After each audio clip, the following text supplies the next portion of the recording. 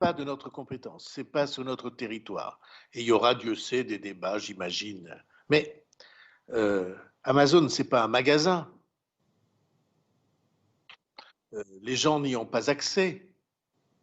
Que la plateforme Amazon soit sur le territoire des Hautes-Pyrénées ou sur celui du Gers ou sur celui de la Gironde ou sur celui je sais pas, du Haut-Rhin, c'est pareil. Ça passe par la poste. C'est pas la présence de Amazon qui va faire les clients d'Amazon.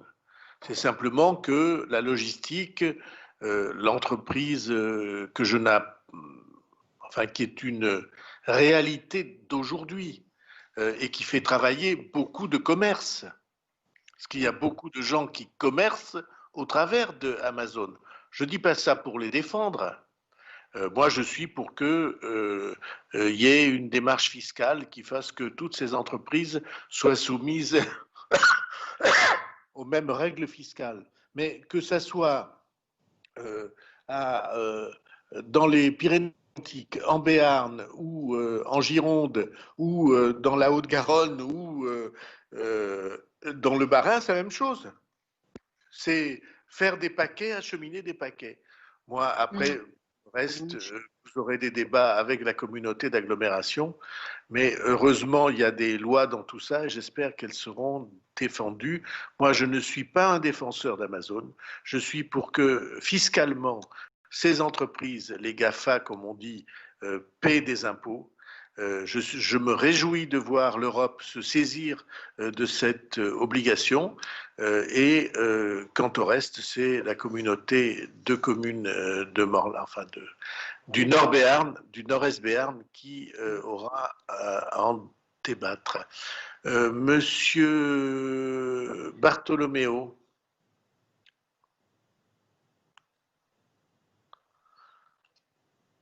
Oui, vous m'entendez? Oui, c'est bon.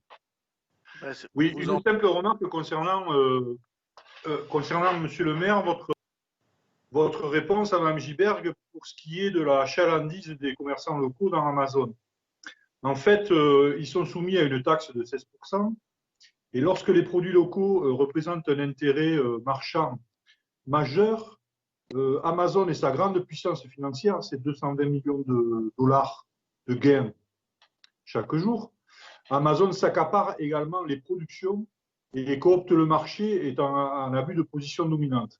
Mais nous aurons à reparler de ce sujet qui est un sujet brûlant d'actualité pour lesquels vous parliez d'Europe, vous évoquez l'Europe, pour lesquels les Allemands et les Suisses ont reculé sur l'implantation des plateformes pour faire du protectionnisme vis-à-vis de leur économie. C'est vraiment un sujet très important sur le plan politique et sur le plan économique. Amazon, c'est vraiment la destruction de notre structure d'emploi. Et nous aurons l'occasion d'en reparler. J'ai moi-même fait un recours contre l'implantation de cette plateforme mortifère et nous aurons l'occasion d'en reparler. Merci. Monsieur Bartholoméo, il y a beaucoup plus simple que ces interventions. Il y a à ne pas être client d'Amazon. Parce que ce n'est pas Amazon qui fait la puissance d'Amazon. Je ne suis pas d'accord avec ça. Ben, vous êtes client d'Amazon, monsieur Bartholoméo. C'est ramener encore une fois la responsabilité du politique à une responsabilité individuelle. Ce n'est pas acceptable. Oui, le politique a effectivement un devoir. Vous êtes client chez Amazon, monsieur Bartholoméo? Pas du tout, non, monsieur le maire. En tout cas, je pense que vous dédiez le sujet et qu'il ne s'agit pas de responsabilité individuelle des consommateurs. On ne pointe pas ce problème-là. On pointe la responsabilité du politique qui doit être protectionniste vis-à-vis de l'économie du pays, tout simplement.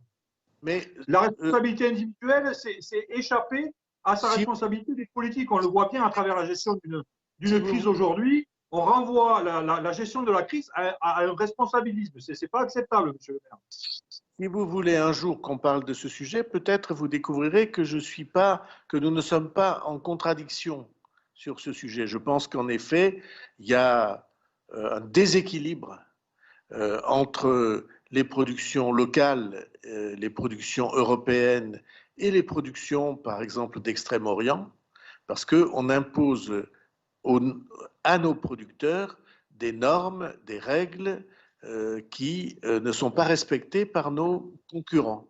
Et je trouve que c'est inacceptable. Alors, vous appelez ça du protectionnisme ou vous appelez ça de l'équilibre et de l'égalité des droits, mais c'est la même idée. Moi, je suis pour ça, et activement et comme militant.